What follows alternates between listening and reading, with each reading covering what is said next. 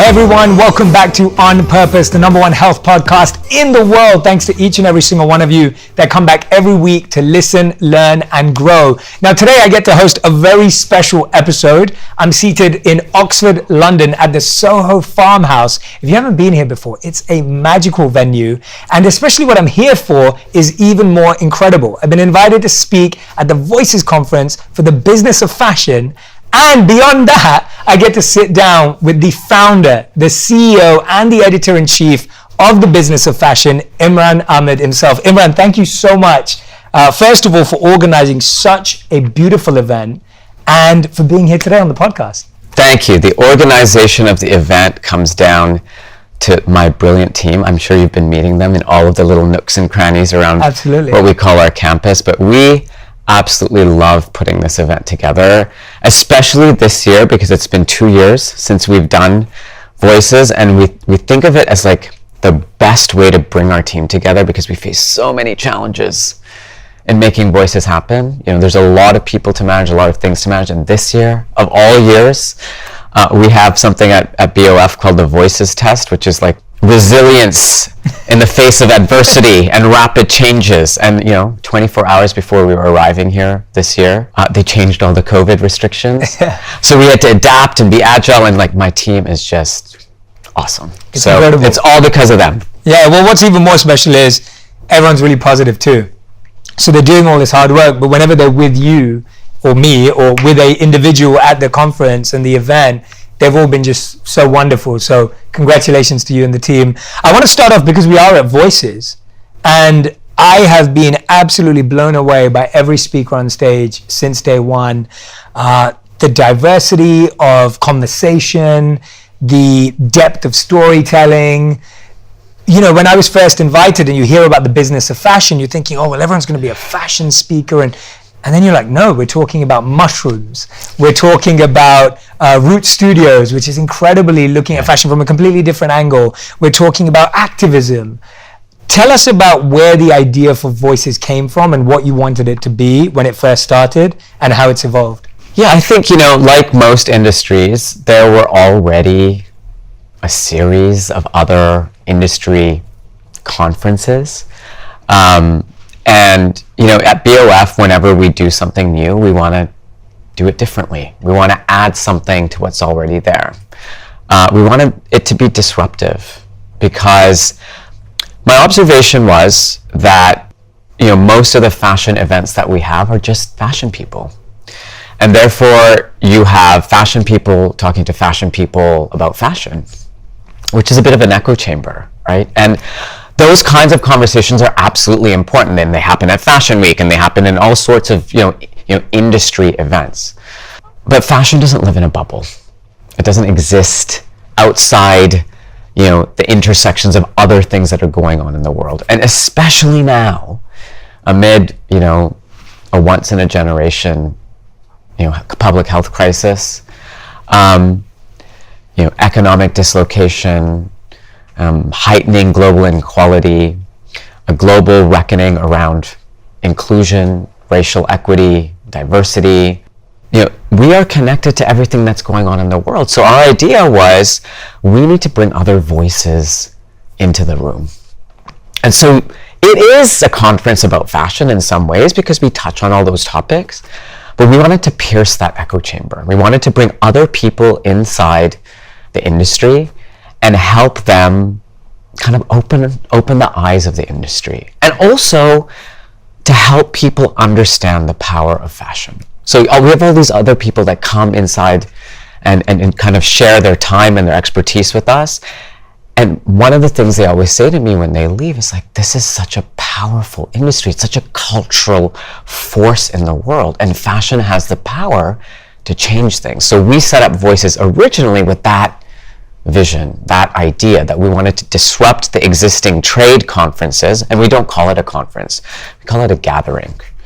And we wanted to bring other people in and just create the kind of conversations that weren't happening enough. And what happens is the non-fashion people go away and they've learned so much about the industry and they've met all these people, and the fashion people come and they've also met the non-fashion people, and it just creates this incredible energy. Well, Imran, today you're you're a fashionable gentleman. You're always in the world of fashion. But I want to go back to what Imran was like growing up. I want to hear about what your passions were, what your interests were, what you were like as a teenager. You know, what is it that you thought you were going to go out to do? What were your aspirations as a teenager?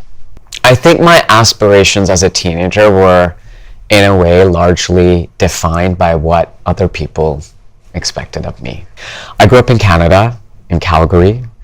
My parents moved from Kenya to Calgary in the middle of the cold winter in 1974 in December.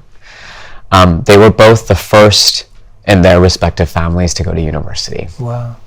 And my mom was already pregnant, and I guess they made a decision that they just wanted me to have the best life. And my parents, you know, even before I was born, I think they were already thinking about the future they wanted for me. And as immigrants to a new country with, you know, $500 and great education, they really believed in the power of education, and they came to Canada with a view to kind of setting up themselves for a new life. And, you know, that was a massive risk and change for them. Wow. And 4 months later, I was born. So they moved from Kenya to Calgary. And I think the day I was born, someone told me, this kid will go to Harvard one day. And I was named Imran after Imran Khan, because my dad was a cricket player. And so I think growing up, I always felt like these expectations, you know, and I didn't turn out to be athletically gifted in any way, but I was always driven towards a specific path. You know, many immigrant families, when they first move to the West, you know, it's doctor or lawyer or engineer. And I think when I was a teenager, I felt like those were the only options. So at school, I was really nerdy.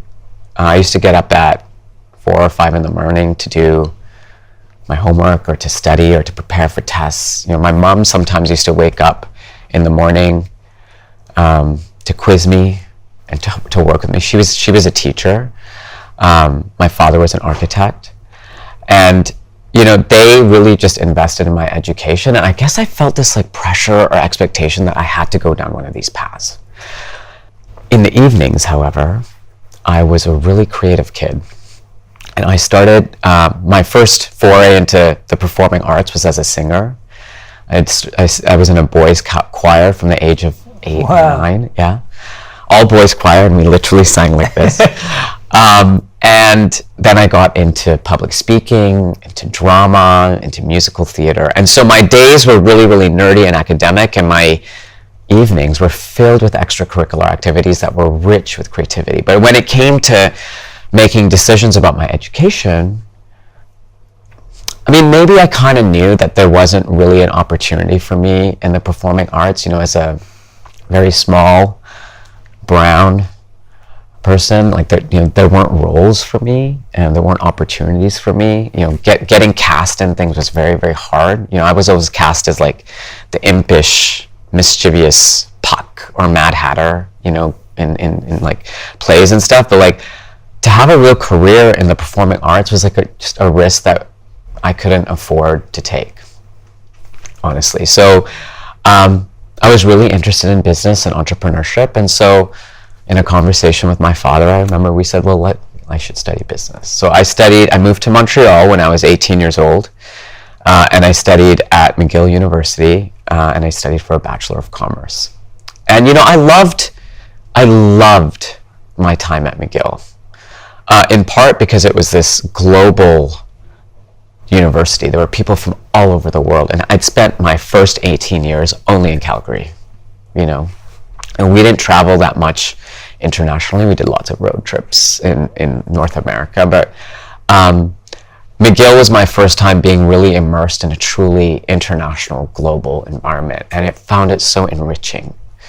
And Montreal as a city was hugely inspiring to me. It's a bilingual city, and I really wanted to learn French. I've been learning French since like elementary school, because in Canada, you get trained in English and French, but I didn't really speak French. So being in Montreal gave me this opportunity to immerse myself in one of the world's like truly bilingual cities, where the locals can switch from one language to another like this. And I remember sitting in a mall one day in the food court, and there were these two women sitting next to me, and they were going back and forth in a conversation and quoting.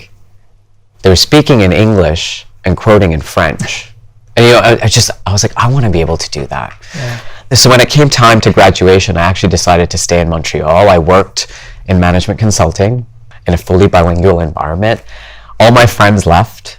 It was great to be still in Montreal, but it was obviously not the same when all my college friends had left and gone to like New York and Paris and London and Toronto and other places. So after a couple of years, my dream was to work in Europe. And I asked my company for a transfer to Europe. I said, I want to live in Paris or London. And this is at McKinsey, right? This was at Deloitte, actually. This was at Deloitte. Okay, fine. I worked at a small strategy consulting group that they used to own called Braxton Associates. Yes, right. And they said, well, you're 22 years old. Like, we only transfer people if they have unique skills that you can't find in London. And, you're way too young. So at that point, I was thinking about applying for business school, and I managed to get an internship / fellowship with a microcredit organization in Bangladesh. And I started making plans to move to Bangladesh. And actually, the day I was planning to quit, the managing director of the office, Bob Leach was his name. He came up to my office, which was very unusual because I would usually go down to his office. And he said, Imran, I found a way to move you to London. And, it turned out that there was someone in the London office who wanted to move to North America, and we were just going to swap. And it was the first time in my life I faced a real professional dilemma. I had kind of convinced myself that going to work in Bangladesh was going to be really enriching. It was going to be great for my business school application because it would show a different, professional experience. But I'd always wanted to live in London. And by this point, my parents had moved back to Kenya. And so I'd been traveling through London to visit them in Nairobi. And, I'd spend like 3 or 4 days in London, as stop-offs on the way. And there was something about the city that I remember the first time I was like driving down Pall Mall in London. I was in the back of the cab and I was like, oh my God. Yeah. It's like one of these things you only see on TV. And I called one of my professors, Professor Anne Hale, and I told her, I don't know what to do. Like, I feel like it's, I could go to Bangladesh or I could go to London. And she said, Imran, go where your heart is telling you to go. You have the rest of your career to give back. Because I really wanted to go, and do this, service in Bangladesh. She said, you have the rest of your life to do that. If your instinct, if your heart is telling you to go to London, just go to London.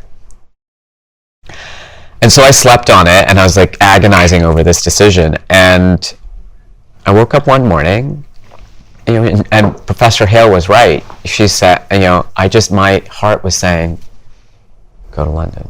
So that's how I ended up That's here. amazing. And you just told me before we went live, you've been living in London for 20 years now. Yeah, so I first moved here in 1999. Yeah. And I ended up staying here for a year with Deloitte, and it was amazing because I got to work in Switzerland and Norway and Holland and all over the place, all these countries I'd never been to.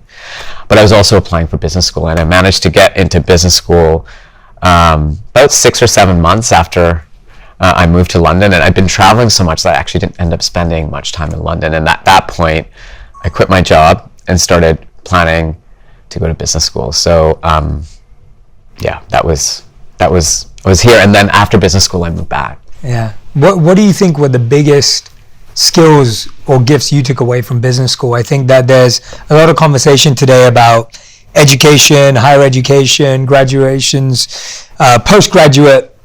But as someone who actually went to business school, what were the things that you felt you really took away in terms of skills that you wouldn't have got anywhere else? Honestly, it really wasn't about the skills. I had studied business in undergrad, and HBS has a really different way of teaching. They have a case study method. I'd studied from textbooks in undergrad, and HBS was offering me a different way to study business. And it was great, don't get me wrong. There were elements of it that were, different, and I learned stuff. But honestly, business school is not, for me, it wasn't about the classroom. It was about, again, the people. And I found it really hard there at first. It's a really intense place. If you do the Myers-Briggs test, familiar with it? Yes, very familiar. And, I think like 70% of the, incoming class the year I started were ENTJs, the so-called natural born leaders. Yes. So you have a lot of like really similar driven people sitting in a classroom every day. It creates in some ways a very interesting, positive energy to drive you to be the best you can be, but it's also, in some ways, it's very limiting.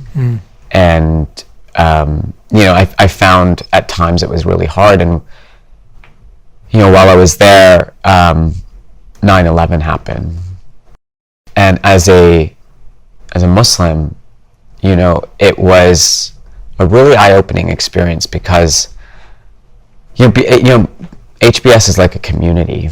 It's a community of people, and it happened in September, obviously, and I was in my second year.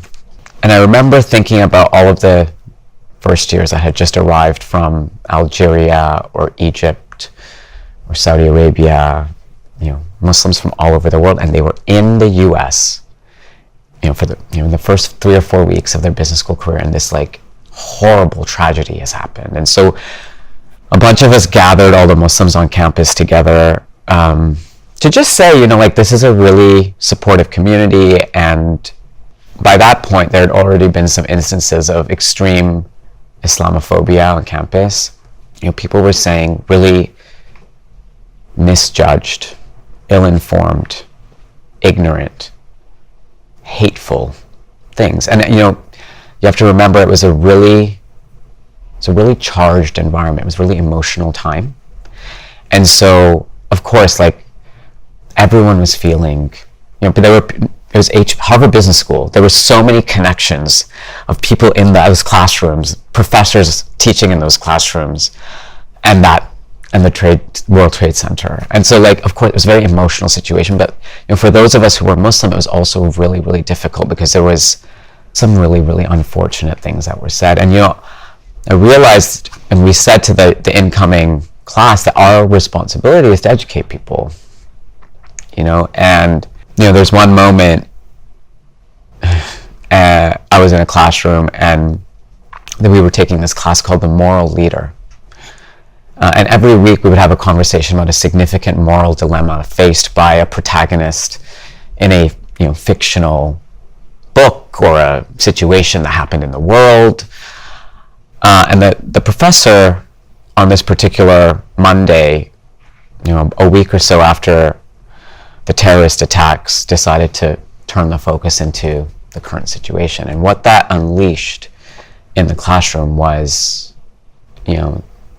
really hateful things, and one person in the classroom said, my friend who's in my section, I'm worried he's going to blow up the school. Another person down the row from me said, Islam is a religion that teaches people to kill Jews. Now I could feel myself really shaking, because my instinct, I got up and I just left. And I remembered that conversation I had with that incoming class. I was in the hallway and I left, and I was like shaking. So I went back into the classroom, and everyone's hands were up.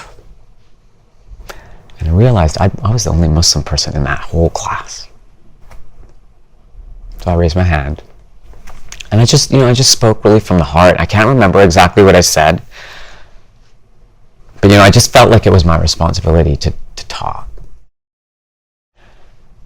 And so I came to this whole story just to say that, even at a place like Harvard Business School, you have these like highly educated people, really well-traveled, worldly, ultimately the experience is about the community of people you're with. And after I spoke, the whole class erupted into applause. And for the rest of the day, people were just showing up at my house that I share with my flatmates just to come, and it was very supportive in the end. But this business school was just really hard. It's not easy. I treasure the people that were there, there to support me. And to this day, my friends from university and my friends from HBS, they're my community that hold me up, that push me. And so it's really not about the classroom. It's about, the community. Yeah. Imran, thank you so much for opening up about that and sharing that, because as you were saying it, I can only imagine how hard that is to reconcile internally, not just the classroom or not just the conversations or the moral leader discussion, but to deal with it internally while you're in a place like that. Yeah, I've never told that story before, because I think one of the things that happens in our career, so I went off to, after business school, I joined McKinsey in London. I went back, and I think one of the things that I've realized over these last 18 months or so, since we were all locked down, is that I've just internalized a lot of this. I've never really understood how it has, impacted me. And one of the commitments I made to myself over these last months is that, I just need to be more open about it. Because these moments, when you look back in your life, there's these certain defining moments that you're changed. And that moment that I just talked to you about, that was the moment that really shifted me, but I never talked about it. What do you think changed about you behavior-wise or attitude-wise or approach-wise from that day? What did you do internally? Now, as you're saying, you held on to it. It feels like something you didn't share, but how did you process it? Or did you not process it at all until more recently? I think it wasn't a moment of processing. It's been years. But really, I think a lot of that processing has happened in the most recent period, because, I was sitting at home. And like everybody, I was reflecting on my purpose, why am I here? What am I doing? Why am I working so hard? And what am I working towards? And one of the things that's really happened in my role here at the Business of Fashion is I've found myself in a position of influence. I found myself in a public position. And I've realized that as a gay person, as a Muslim person, as a brown person, as a Canadian with East African roots and Indian heritage, there's actually a lot of people who see themselves or part of themselves in me. And there's not that many of us in the fashion industry. Certainly not, in a position that I'm so privileged to have now. So I've just been thinking a lot more about, what am I going to do with this position? And that's really a lot about what Voices is for, and that's why we're here, because I have this opportunity with my team to bring together people, to give them a platform, to connect with one of the most influential, powerful, cultural industries that touches people all over the place. And as an industry, we have a responsibility and an opportunity to really change the world. Fashion imagery spreads everywhere now with social media. Fashion used to be this really secretive little world. Everything was kind of contained. And as an outsider, with a management consulting background, to come into this industry and be able to learn from everybody, through all the interviews I've done all over the years, every person I've met has taught me something, and now I have an ability to use all of that and connect that with my curiosity and my interest in that, being part of a global community, the one that I had at McGill, the one I had at HBS, and the one that we've built here at BOF. Like, all of these things are threads through my life. And so the processing has happened over a very long period of time, but I think in the last 12 months or so, it's really become much more sharpened. And that's the session that we're going to have this afternoon with you, is like everyone's going to be talking about how their purpose has been either shifted or sharpened or focused because of this period that we've lived through. Yeah, absolutely. Thank you again for sharing that. It's truly beautiful being drawn into your personal experience, and I love that you described it as a thread, because it just shows how interconnected you feel it all is. Often people feel their life is like a series of pivots, and you've had a lot of pivots in your life, but you don't see them as pivots, you're seeing them as a thread. I wonder, when you do make the transition from successful McKinsey consultant to starting the business of fashion, being the authoritative voice in the industry, tell us about what gave you the courage again. I feel like you're just one of these people that's constantly had, and I have a lot of these questions from my community, my audience. I have questions like this from private clients I work with and people that I've coached in the past. A lot of people struggle with transition. So whether it was your transition to McGill, your transition to London instead of Bangladesh, then London to HBS, then HBS to McKinsey, then McKinsey, there's so many transitions here. And then you take the biggest one, which seems to be where you're feeling your purpose is being fulfilled. Tell us about what gave you the courage to make that transition from a phenomenal career, which most people would dream to have at a place like McKinsey, but then to be able to make that. I find that really fascinating. It's interesting to use the word courage, because I didn't feel courageous. I was really unhappy. And without denigrating McKinsey, because McKinsey is an incredible institution with deeply held values. It's flawed, like every organization, but walking into those doors every day, I felt like I was leaving a lot of myself at home. And it goes without saying, I was leaving all my creative side at home. And my PowerPoint slides, they were very pretty. That was my outlet. Yeah. But there was some professional feedback that, McKinsey loves feedback. You get feedback after every meeting, you get feedback after every project, you get feedback every 6 months. And in some ways that's really helpful, but some of the feedback I was getting was basically like, they said I didn't have gravitas. I've been thinking about this a lot recently. And they said, well, you don't have gray hair, so you need to be less expressive. I use my hands a lot. I'm a very expressive person. Yeah, animated, expressive. I'm an animated person. Yeah, in a good way, yeah. That's my theater side coming out. Yeah. And then one day someone said to me, wouldn't you feel more comfortable if you wore a tie and a blue shirt? And there was one meeting I was in, and everyone was all men who had gone to Oxford or Cambridge, and they were all wearing checked shirts, and they realized that the checks on their shirts were kind of the size of the checks on their shirt were commensurate with their tenure at McKinsey. And they all got up in a row, and they lined themselves up. And I was sitting down at the table. And I've been thinking about that moment. And if that's not a moment of othering, because I was wearing an orange shirt. I was a brown, gay, Muslim guy at McKinsey.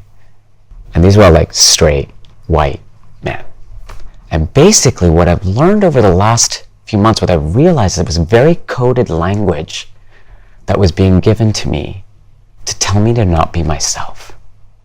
And I know that now. But back then, all I was feeling was pain. And so I wrote them a memo, and I asked for a sabbatical. And someone came up to me in the New Delhi airport.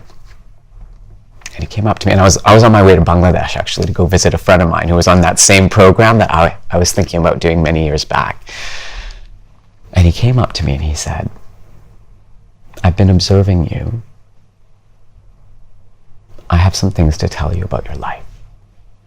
And I thought it was one of those quacks, right? I was like, I don't have any money. I'm leaving. My rupees are gone. He said, no, I don't want your money. Just sit down with me for 5 minutes. And he said to me, I want to talk to you. And a few minutes later, he said, you're not listening to me. I said, yes, I am. So he took a big piece of paper and he wrote something down, crumpled it up, and he put it into my hand. He said, hold this in your hand.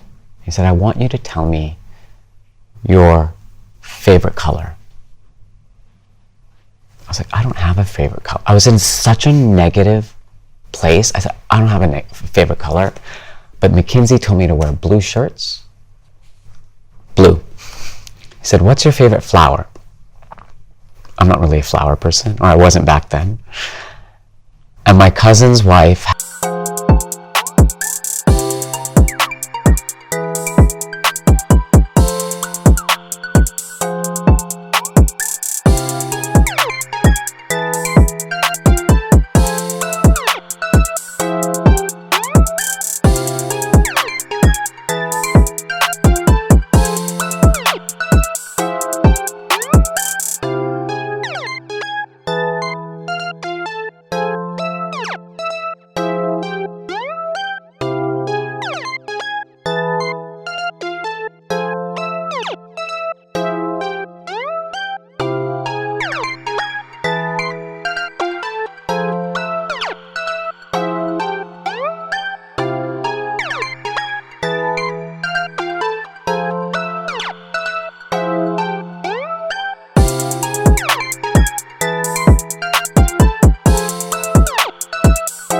had calla lilies in her bouquet. So I said Lily.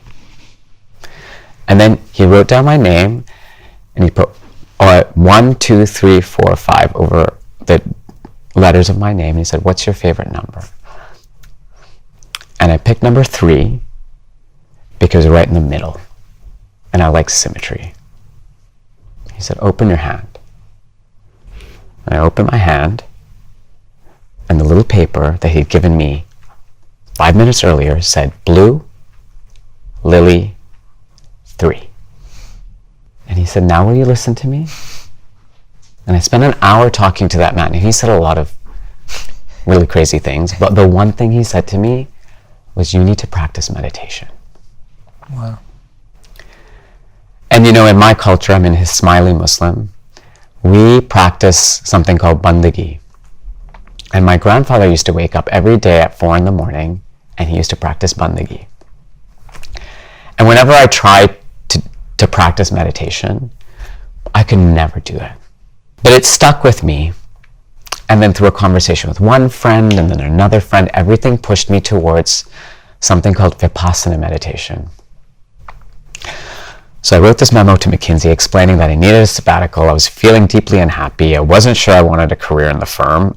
And I wasn't going to be able to think about this properly if I was working as hard as I was working. And everything at McKinsey was done with memos. So I had to make a business case for why they wanted me to take this time off. And they gave me the time off, and I found myself in South Africa doing Vipassana meditation, which is 10 days of silence. And that's when everything changed. Because I learned how to meditate. And a whole other conversation that we can have one day is that experience, because but I flew from Cape Town to Nairobi, and I sat down with my parents and I said, I have done everything that you thought I should do, and you've given me this amazing education, and you've given me everything you could possibly give me, but I'm so unhappy. I need to try something different. And they were really worried about me, because obviously I was this overachieving kid, and all of a sudden I was in South Africa, in the middle of a forest meditating. I mean, they were worried that I was going to turn up in saffron robes or something, and I know you were a monk, so you. I did that. Yeah. And they said, okay, we just want you to be happy. Yeah.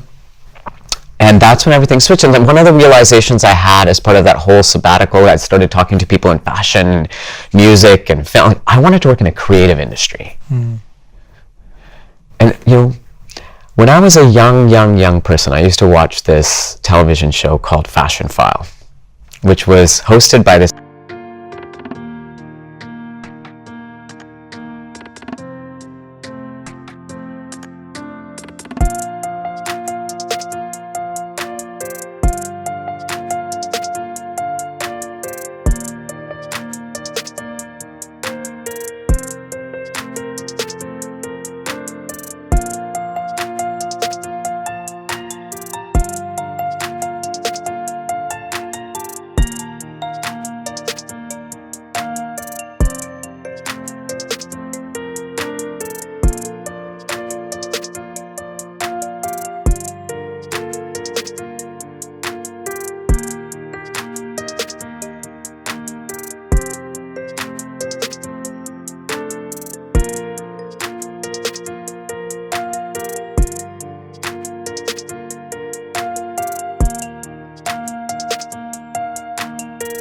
man named Tim Blanks. It was on every Saturday, and there's something about that show that I always was so curious about. Yeah. Because Tim used to be in Milan and Paris and London, all these places, all these like interesting people, and like there was a business, but there was also creative, and so I was like, I feel like drawn to this industry. And so a lot of time when young people say like, how do you know what you're passionate about? I always say like, what were you drawn to when you were a child? Before anyone told you what your path should be, before you understood the expectations of society or other pressures. Yeah. What were like? It's inexplicable what we're drawn to as children because it's purely intuition. Yeah. And so I quit my job at McKinsey, and that's what my journey into the fashion industry began. Imran, that's spectacular. Honestly, that is so beautifully shared, and there's so many parts of it that I want to deep dive on. I also want to be respectful of your time. So it is exactly the time that we had promised to finish. And I'm going to ask you to promise me that we can do a part 2 another time, because I feel like we just framed who you are and how you got there, but I want people to hear about what it happens after that, because we're at a really beautiful space. So I just want to thank you from the bottom of my heart for taking out the time, for opening up, for being so vulnerable with our community. You know, both of us I never have any idea when I'm about to do one of these, what I'm about to learn. And I can honestly say that, you know, everything you've shared with me today not only has moved me, but I know it's going to move my community. So I want to thank you, appreciate you, but I know that you've got a busy schedule, so I'm going to be respectful of your time. Thank you. And we're going to find another time to complete the conversation. Let's do that. Even after I'm back, and we'll schedule it. We'll make it happen. Because it needs to, yeah, it was really special. Thank you, Jay. And thank you for, no one's really asked me those questions before. You know, like when you get in a position like this, what sometimes happens is like the media creates this narrative around who you are. And what I've realized over the last couple of years is there's a real gap in the way the media has created the story of this overnight success and, you know, all this stuff and, you know, fashion and just the names as well, like McKinsey, the business of of course, everyone everyone thinks, oh, it must have been an absolute dream. It has been a dream, but it's dreams like the experience that I've had, they come with a lot of challenge and struggle. And, you know, it's hard. You know, it's really hard. So I'm really grateful that you, I didn't know what we were going to talk about either. I know. I just sat down and I had no idea what we were going to discuss. But I wasn't